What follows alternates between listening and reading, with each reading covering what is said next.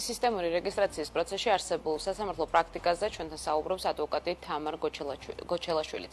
მისი შეფასებით დავების დიდი ნაწილი ადგილმდებარეობის დადგენაზე მოდის, ხშირად მესაკუთრე ცდილობს თავისი კუთვნილი ნაკვეთის დარეგისტრირებას, თუმცა საჯარო რეესტრი ახარვეზებს განაცხადს, იმიტომ რომ ამ ტერიტორიაზე საკუთრების მოწმობა სხვა პირზე უკვე გაცემულია. მისივე თქმით, პროცესი ბევრად რთული მაშინ არის, თუ ნაკვეთის სახელმწიფო უწყების ბალანსზეა რეგისტრირებული, რადგან ადგილმონაცვლეობა გრძელვადიანი და შრომატევადი პროცესია. ადვოკატი გამოწვევად დასახელებს სახელმწიფო სტრუქტურებს შორის კოორდინაციას და ვადებსაც. ადმინისტრაციულ ორგანოთა კოორდინაცია და ვადები.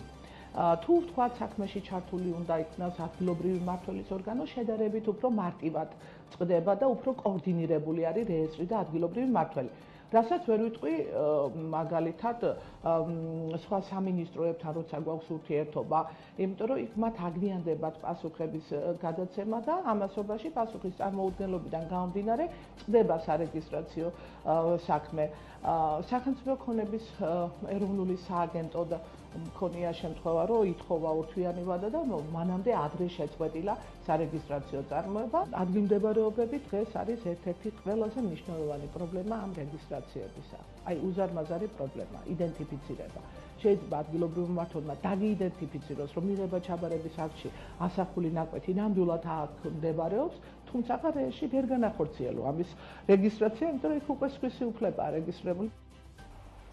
როგორც ცნობილია, მიწის სისტემური რეგისტრაციის პროგრამა სამწლიანი პროექტი უნდა ყოფილიყო და 1.200.000 ჰექტრის აზომვასა და რეგისტრაციას გულისხმობდა. პროექტი 2024 წლის ბოლოს უნდა დასრულებულიყო, თუმცა მთავრობის დადგენილების მიხედვით მოქალაქეები თვითნებურად დაკავებული მიწების რეგისტრაციას 2026 წლის 1 იანვრამდე შეძლებენ. მიწის სისტემური რეგისტრაციის გასული წლის მონაცემებით რეფორმის ფარგლებში საერთო ჯამში აიზომა 1.5 მილიონი და დარეგისტრირდა 1 მილიონი მიწის ნაკვეთი. რაც შეეხება თბილისში მიწის სისტემური რეგისტრაციის პროცესი 2023 წელს დაიწყო და წესით 2025 წლის 1 ივნისს უნდა დასრულებულიყო, თუმცა პროცესი კიდევ 3 თვით გახანგრძლივდა.